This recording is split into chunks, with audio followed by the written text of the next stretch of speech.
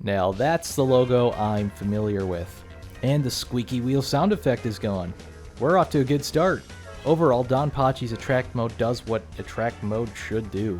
It gets your attention, and not just by showcasing the beautifully detailed sprites or the frantic gameplay, but my guess would have to be the kind of hard to ignore. Just like DonPachi, you choose between 3 ships with varying playstyles. But this time you have 2 different laser types. There's the shot type, that increases the strength of the player's shot, dealing more damage and firing greater shot spreads, but with a weaker laser and slower movement speed when lasering. Then there's laser type, that increases the strength of the player's laser, movement speed when lasering, producing a bigger aura and instantly destroying very, very weak enemies. So I select my ship and start the game, and I immediately notice that the music is much better in quality than DonPachi. And more importantly, it kicks ass.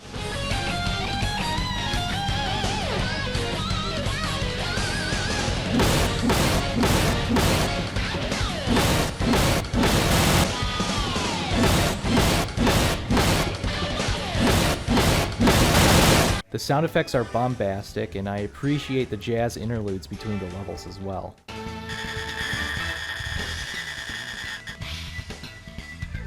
This game doesn't skimp out graphically either. Everything between enemies and backgrounds are extremely detailed. The massive battle-torn spacecrafts looming in the background from Stage 1 comes to mind. During the last stage, I also noticed the hexagonal glass patterns on the enemy base, which is a striking resemblance to honeycombs. I would imagine that was intentional, making the stage design a thematically relevant setting for the Angry Leader Bee series. There are other quality of life improvements as well.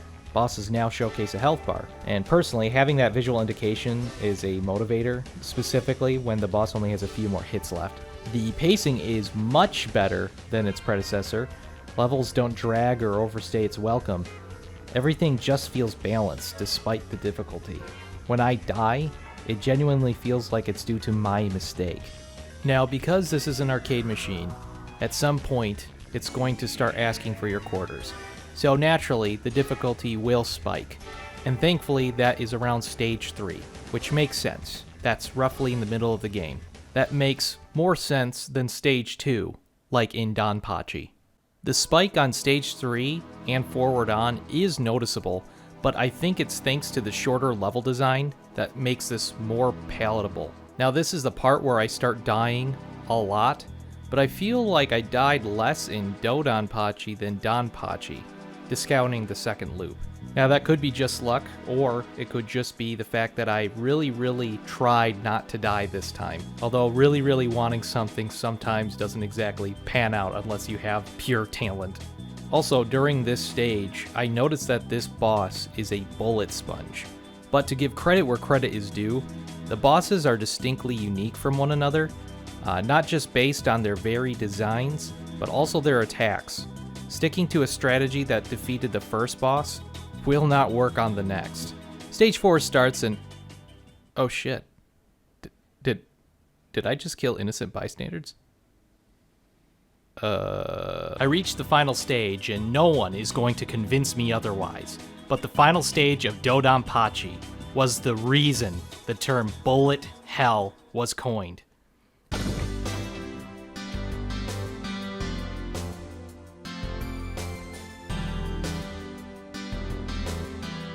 And before anyone says, actually, and attempts to use empirical evidence against my claim, you can just stop while you're ahead, because I have something better than that. Guttural instinct! After defeating Discount New Zeal, the ending scene rolls and the commander condescendingly praises the player. He states the enemy's mechanized aliens are preparing their retreat. I like how mechanized aliens is in quotations. Boy, I sure hope there's nothing nefarious about that. Yep, it's your comrades. Based on how this twist is structured, I got the impression that Cave really treats DonPachi as a rough draft, because they borrow a lot of DonPachi's elements in DoDonPachi. just much more refined. The twist, for example, is an echo from their last title, with a minor difference. In DoDonPachi, the twist that the player was knowingly killing your comrades in order to become the ultimate super soldier was communicated to us by the pilot and the commander. We, the player, just assumed there was good intentions up until that reveal. The game lied to us. But in DoDonPachi, the commander lied to the pilot, stating that the enemies you've been destroying were not actually aliens, but your missing comrades from the academy. However, I'm getting ahead of myself because you have to meet specifications to even witness this. You have to beat all 6 stages on 1 credit, on top of having a combo exceeding between 270 and 330, depending what ship you use. Because I lack the talent and determination to meet these requirements to get to the true ending, let's give a shout out to this YouTuber, because now we can experience all the spelling errors upon reaching the final boss. Like DoDonPachi, the second loop is absolutely relentless. The secret boss is Hachi again, but the Mecha Beast sprite work here is far more detailed. It has 2 forms, and wow, there are a lot of bullets. Have fun avoiding those. When you finally complete the second loop, you're treated to the true ending. The pilot states the fight is over and more or less re-explains the twist. The DoDonPachi faction was trying to take over the world, leaving many Tawans left in ashes as a result. The pilot ponders that this was DonPachi's intentions as an extreme means to, quote-unquote, solve the overpopulation problem. He further states that we'll never know. Jesus Christ. I know I said that these darker themes are novel for a coin-operated bullet hell shooter, but maybe we can tone it down a bit, Cave?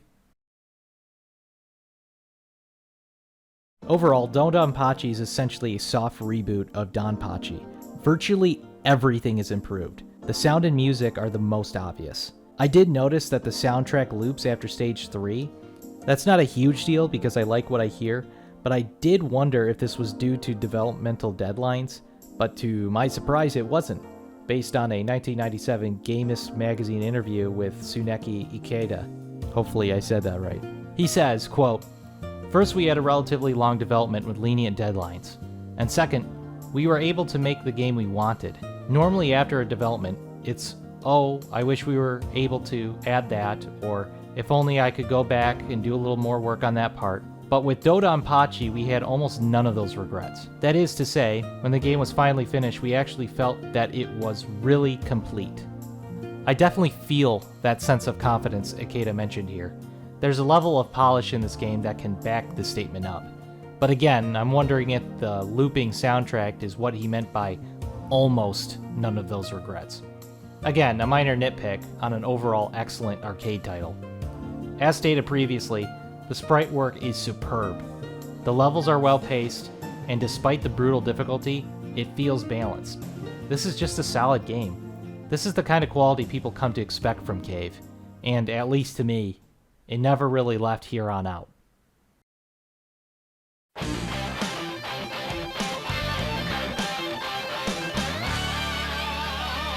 Time got a paper room.